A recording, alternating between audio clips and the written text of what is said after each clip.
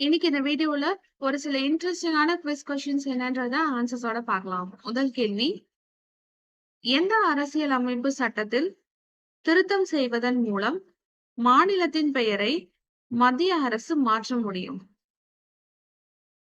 எந்த அரசியலமைப்பு சட்டத்தில் திருத்தம் செய்வதன் மூலம் மாநிலத்தின் பெயரை மத்திய அரசு மாற்ற முடியும்?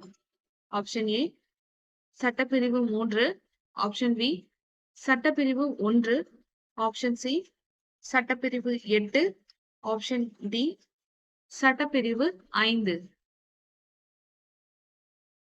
எந்த அரசியலமைப்பு சட்டத்தில் திருத்தம் செய்வதன் மூலம் ஒரு மாநிலத்தின் பெயரை மத்திய அரசு மாற்ற முடியும்? கேள்விக்கான சரியான பதில் சட்டப்பிரிவு 3. இரண்டாவது கேள்வி, பிரம்மசூத்திரங்கள் எனும் நூலை எழுதியவர் யார்? பிரம்மசூத்திரங்கள் எனும் நூலை எழுதியவர் யார்? Option A Bharathiyar, option B Sankarar, option C Chaitanyar, option D Vedanta Desikar. கேள்வி என்னன்றதை இன்னொரு முறை பார்க்கலாம். சூத்திரங்கள் எனும் நூலை எழுதியவர் யார்? கேள்விக்கான சரியான பதில் சைதன்யர். மூன்றாவது கேள்வி, இந்தியாவின் மிக முக்கிய வாணிப சக்தி வளம் எது? இந்தியாவின் மிக முக்கிய வாணிப சக்தி வளம் எது?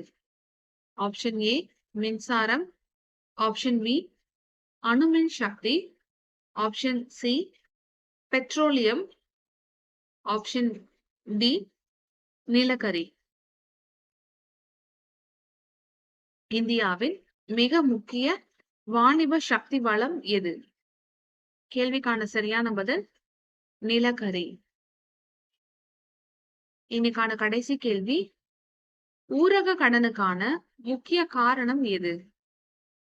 ஆப்ஷன் ஏ வேலை நிறுத்தம், ஆப்ஷன் பி மக்கள் தொகை, ஆப்ஷன் சி வேலையின்மை, ஆப்ஷன் டி வறுமை.